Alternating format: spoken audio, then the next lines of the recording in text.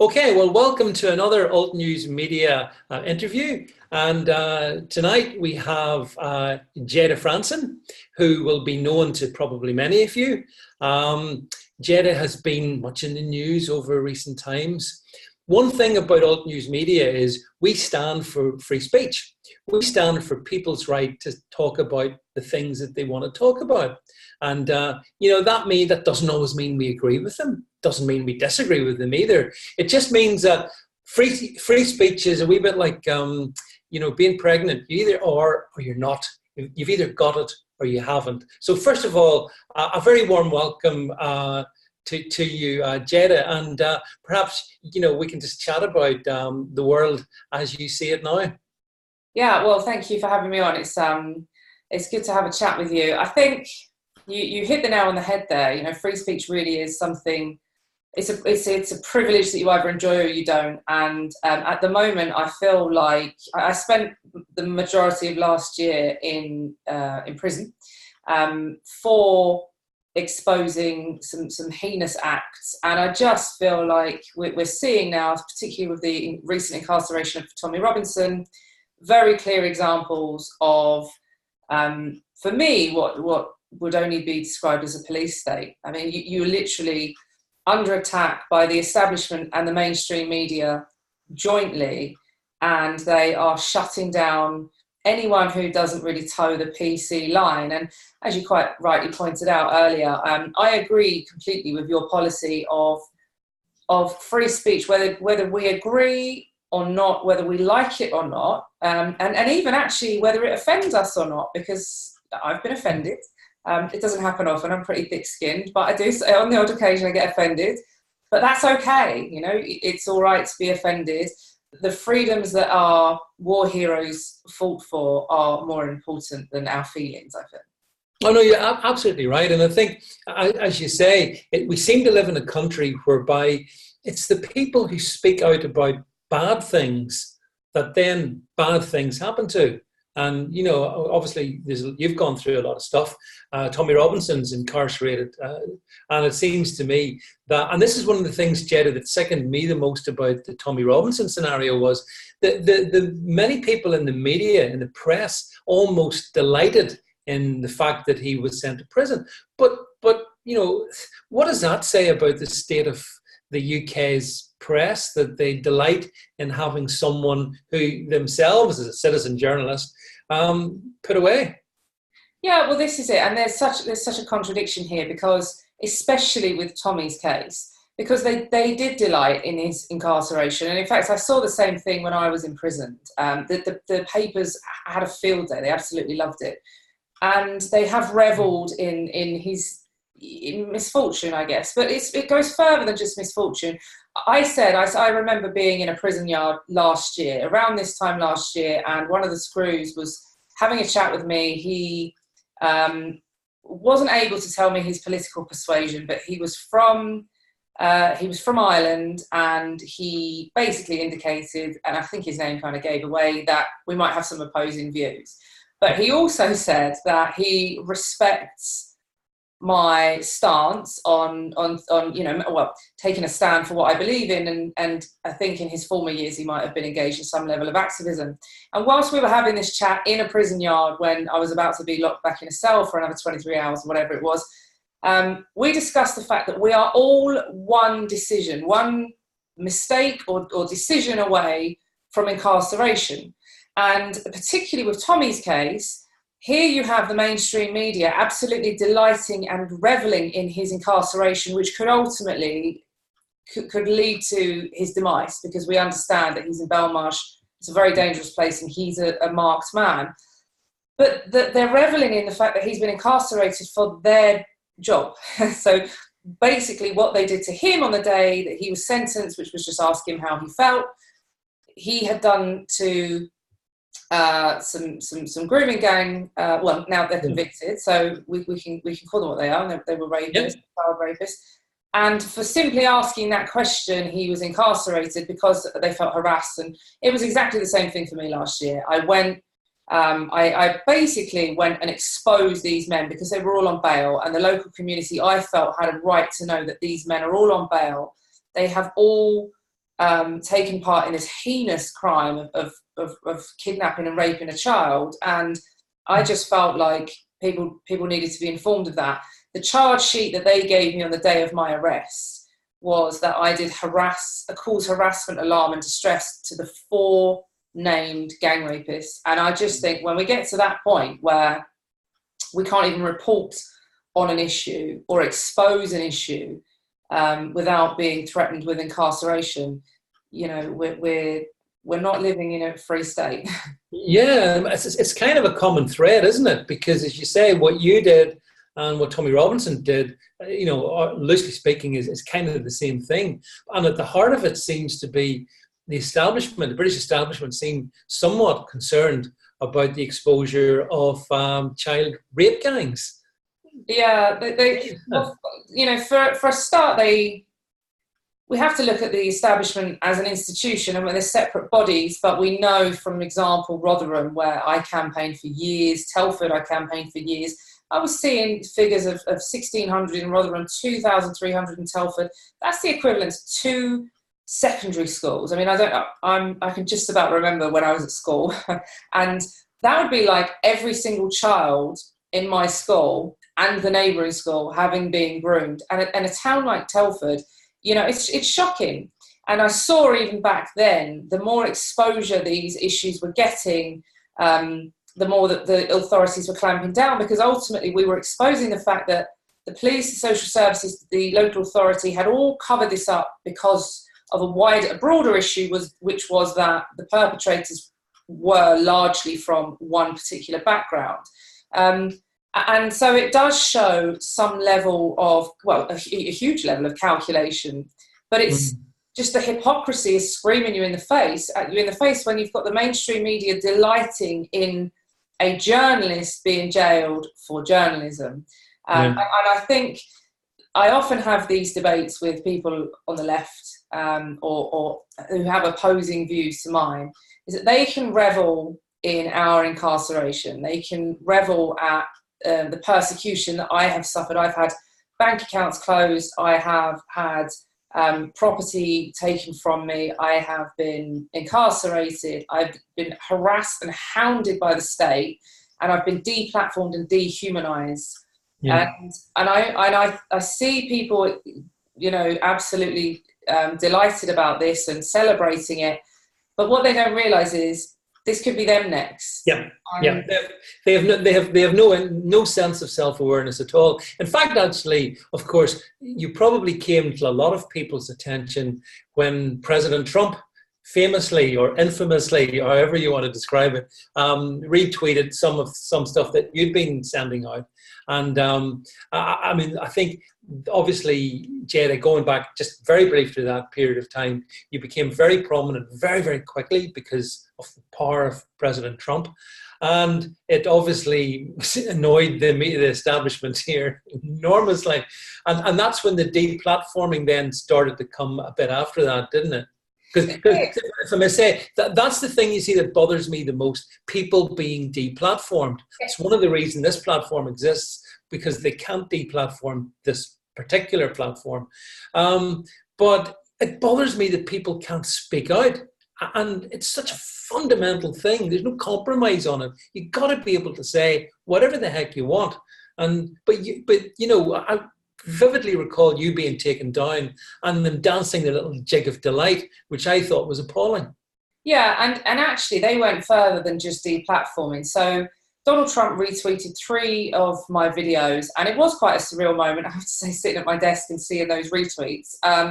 And then the next 48 hours, my face was on every single news outlet across the world. It was the banner of Cross Sky News, and there was my face and President Trump's, and it was just the craziest 48 hours I've ever had. I must have given about 250 interviews. It was completely bizarre. But, you know, first and foremost, I don't believe in coincidence, and I actually don't think that it was coincidental that he retweeted those videos. And I don't think that, given that the tensions were so high at the time, and the issues that I had highlighted in those videos, I didn't make the videos, by the way. Yep. They've been put out there by different groups. there was a video of ISIS throwing a homosexual off the roof. There was a video of a Muslim smashing the statue of the Virgin Mary. But where the establishment are actually, there's a fine line, right, between negligence and then just all out,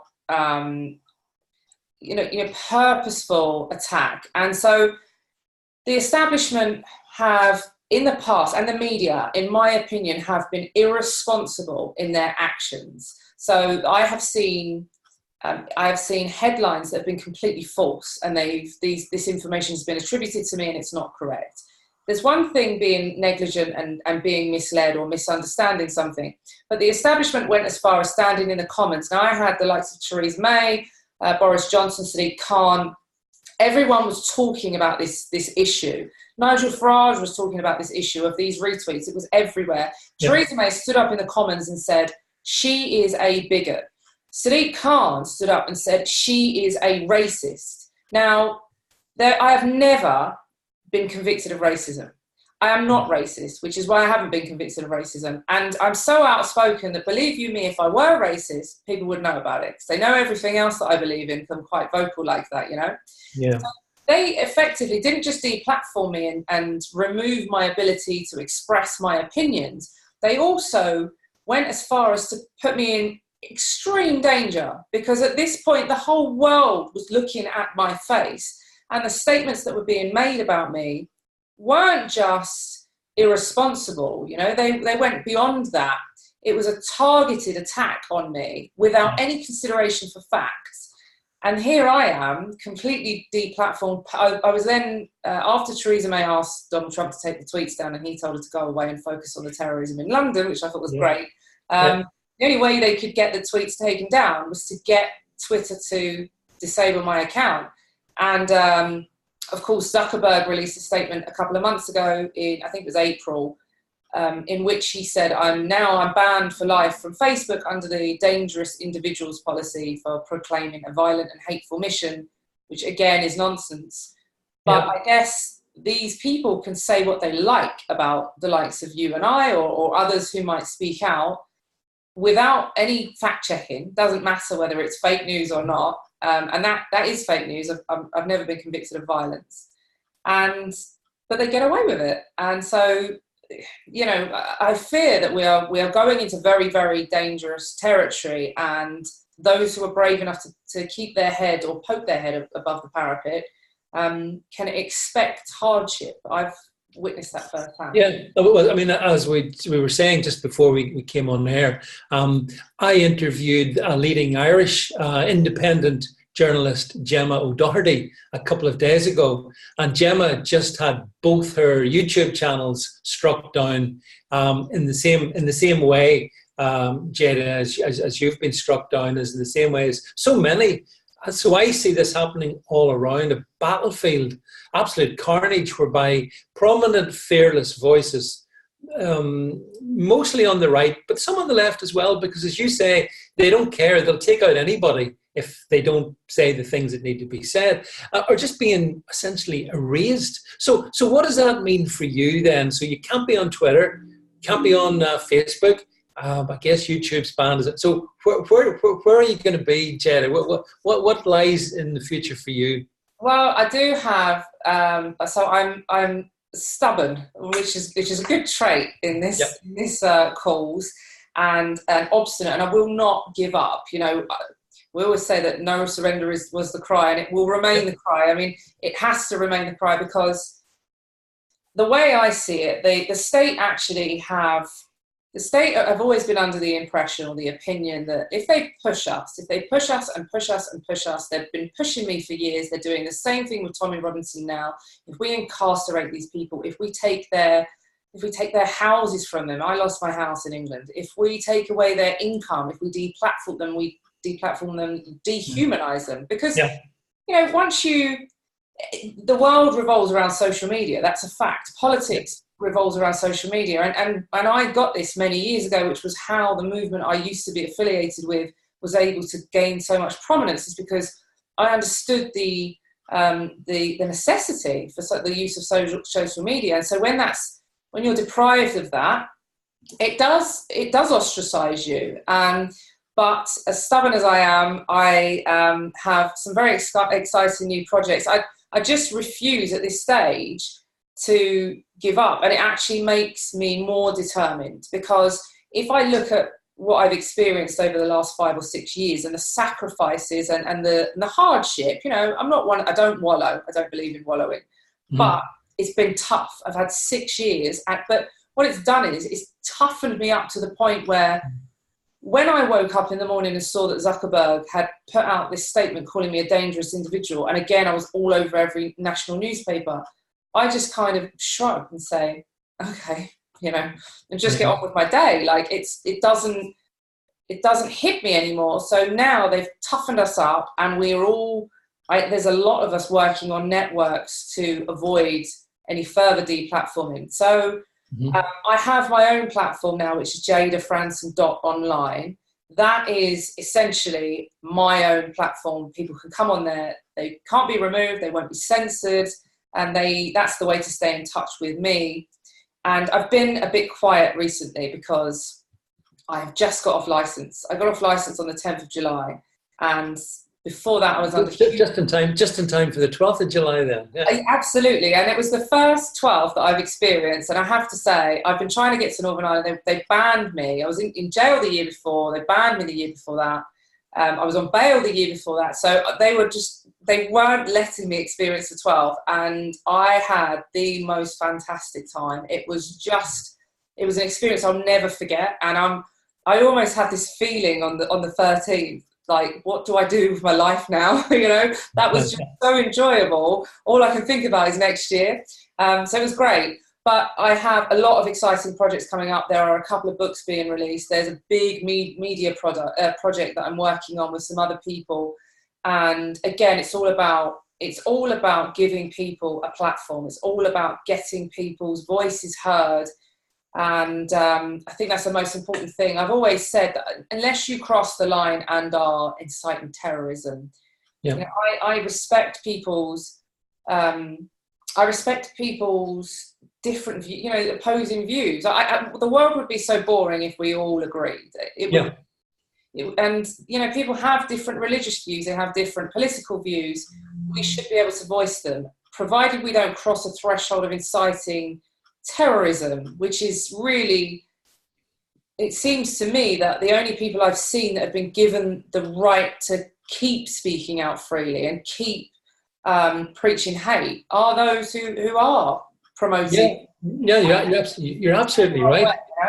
Yeah, I mean, you mentioned Facebook there a minute or two ago. I mean, Facebook allows the likes of Hamas and other terrorist fronts, if not outright terrorist groups, to publish whatever they want, seemingly without impunity. So it's really strange, isn't it? That but I think something you said there, what you've gone through over the last 6 years, and the other thing being social media is just crucial, because we live in that age. And I think, Jayda, back in 2016, whenever we had Brexit and we had Trump, the big social media giants suddenly woke up and thought, what the, we got to stop these people, because some of us become pretty adept at using social platforms and recognizing that, a tweet can get around the world before, sort of people can blink. So I think that was the moment of recognition that, God, we mustn't allow these kind of things to be, people like us to be able to get our opinions out. And ever since, they've gone about the deplatforming. And, so that's why I think, I resent the fact that people like you have been deplatformed, for the very simple reason, maybe selfish reason, that they'll come for me as well. And also, to everybody watching this, they'll come for you if you dare speak up. And if we don't speak up, then we're captives. We're just slaves, and we mustn't be that. Yeah, well, look, we've seen the ramifications of these silencing techniques or these silencing tactics. Because, one of my pet hates is that when you have a disagreement with those who would have opposing views to mine, they like to band around just your standard kind of insults and slurs, and one of them is racist, right? If you have an issue with a religion, that doesn't make you a racist, because, you know, religion and race are two separate things. Yep. But I have had for years, this word has been bandied around, but we have seen how dangerous that is as a silencing technique and a tactic to keep people quiet. Again, I come back to Rotherham. In Rotherham, social services and the police they refused to highlight the fact that the perpetrators of the grooming gangs there were predominantly Pakistani Muslim men, because they were fearful of being labelled racist. And so what we need to do is, collectively, we do have to recognise that if it's happened to me, it could happen to you, it could happen to anyone. Yep. And we're not talking about minor issues that we can just ignore. This isn't a matter of something small happening and we all still get on with our lives. We're talking about the safety of our children. We're talking about the erosion of our culture and our heritage. And so it really is do or die. Like, we have no choice. We have to speak out. And if we do that collectively, there's suddenly these slurs and these tactics that they use to silence us, they don't work anymore. But the alternative, I fear, is that if we do allow them to silence us, if we are bullied into a state where we say we wouldn't dare speak out because we don't want to be labelled like that or be deplatformed, then what's at stake is far too great. We're talking about humans and they're, you know, our children. So for me, I think we just have to keep going. There are some platforms now that people are using, their alternatives. So I remarkably, I still have a YouTube channel, although the last video I put up, I had 300 emails from YouTube. I think about 100 of them actually came through on the 12th whilst I was having a wonderful time. And the same message came 300 times saying that my video has been restricted. So I kind of got the message there and feel like my video might be being restricted.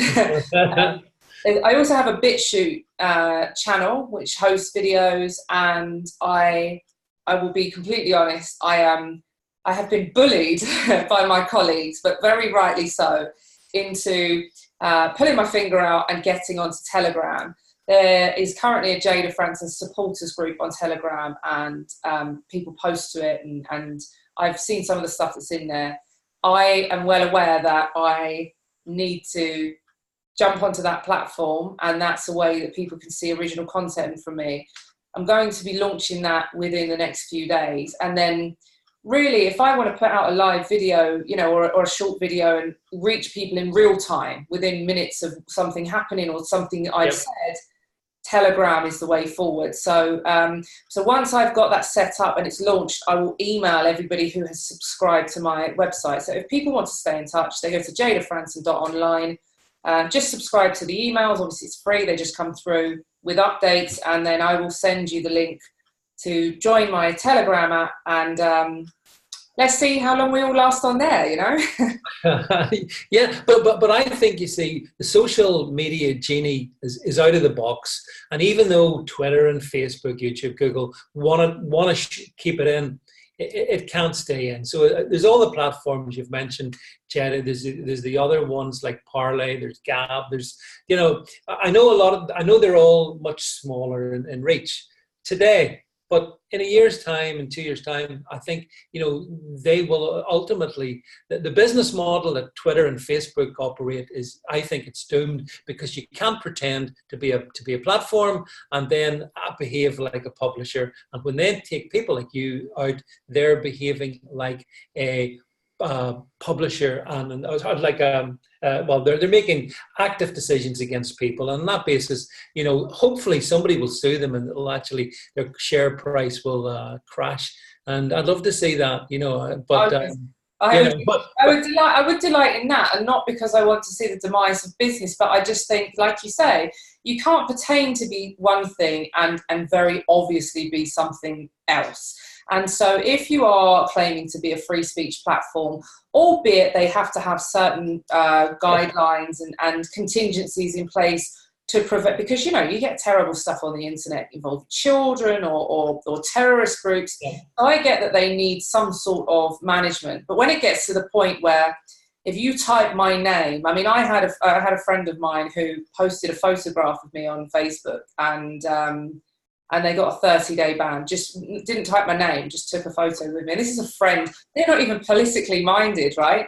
And I've had other people that have just typed in Jayda Fransen or typed in Tommy Robinson.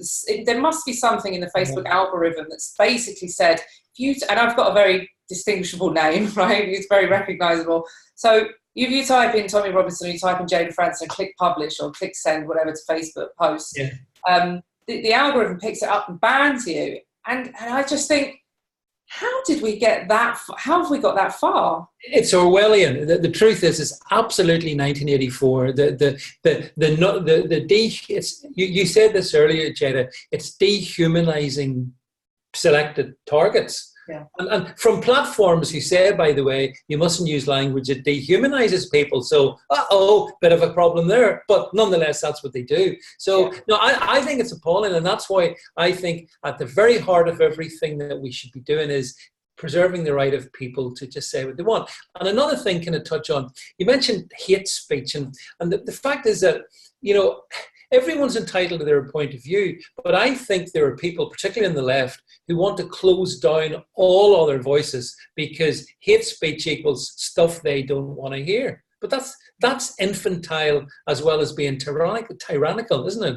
It is tyrannical. And the thing, I've just been, so I went on trial within the last few months. I've just been on trial in Northern Ireland for 2 separate offences.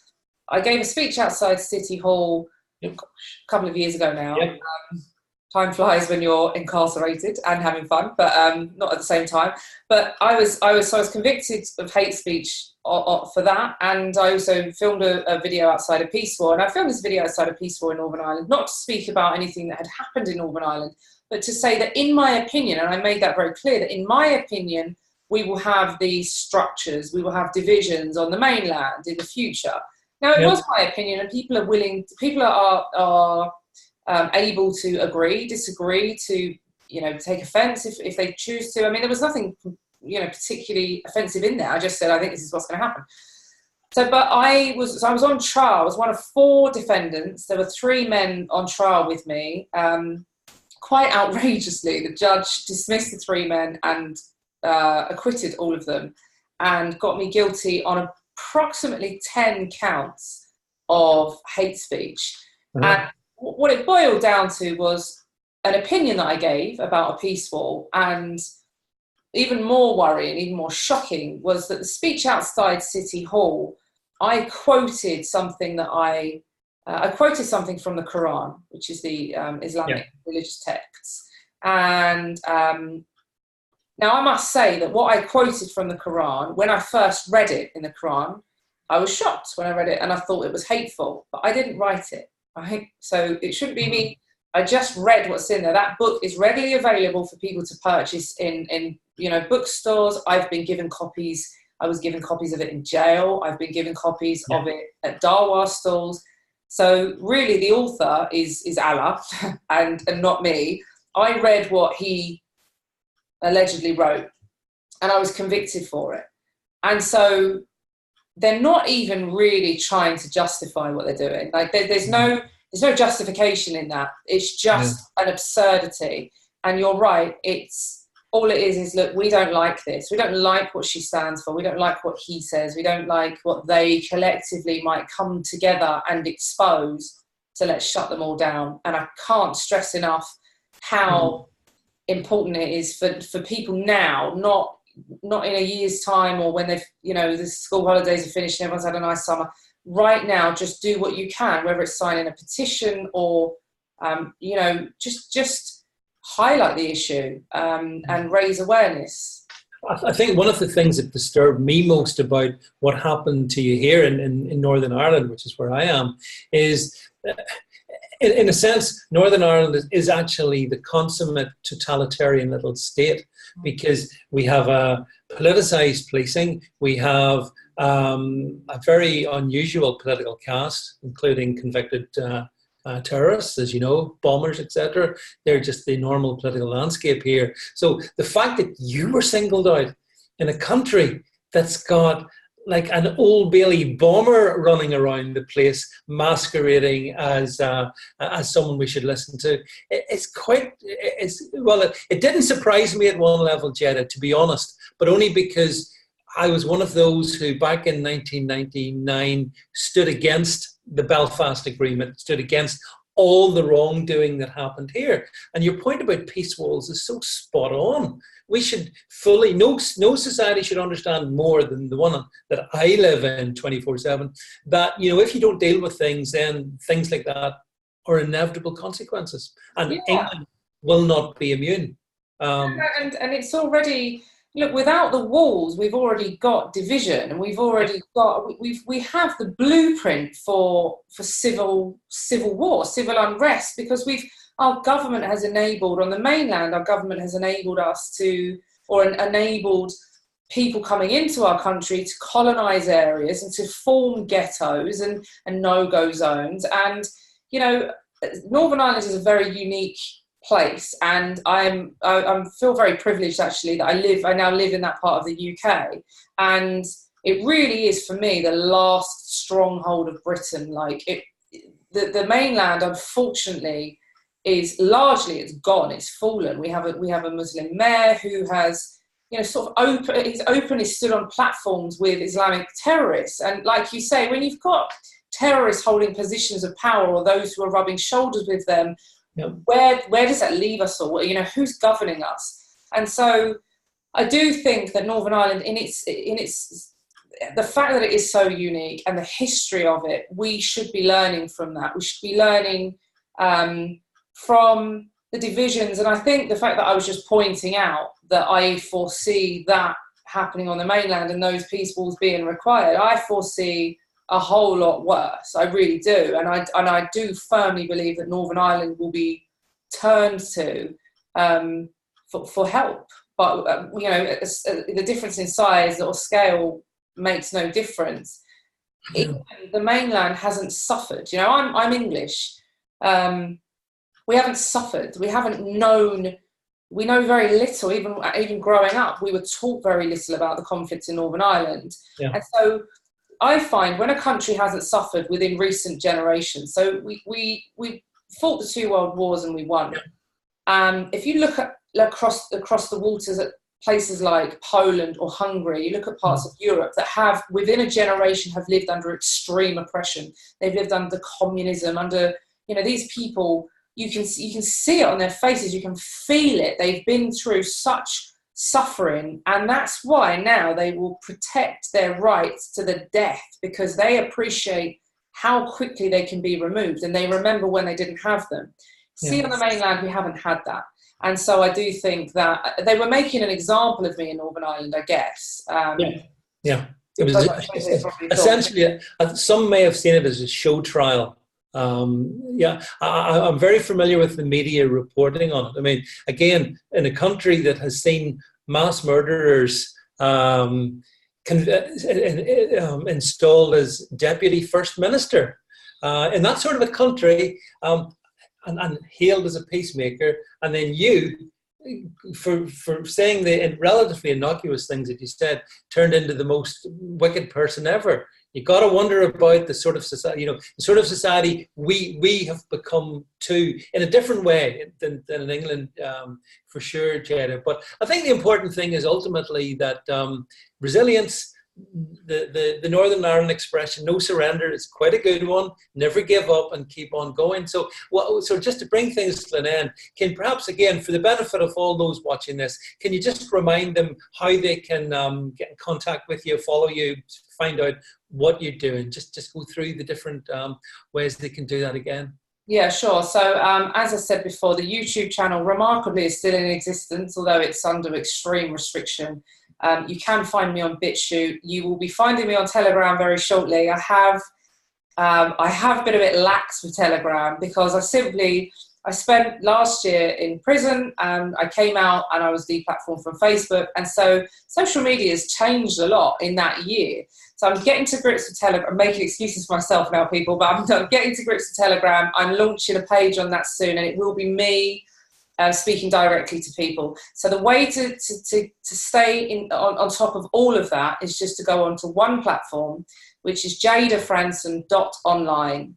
You can go on there. It's my website. There's content on there from me, videos, articles, and you can sign up to my emails. Of course, it's free. So sign up, subscribe to my email bulletins, and I will stay in touch with you all. And that is the way to beat the big tech social media bullies, who, I agree with you, I think they're on borrowed time. People have had enough of their tactics. So stay in touch with me at jaydafransen.online, and there's plenty more to come.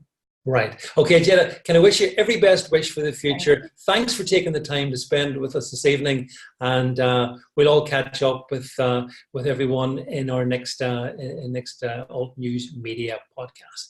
Bye for now. Bye-bye.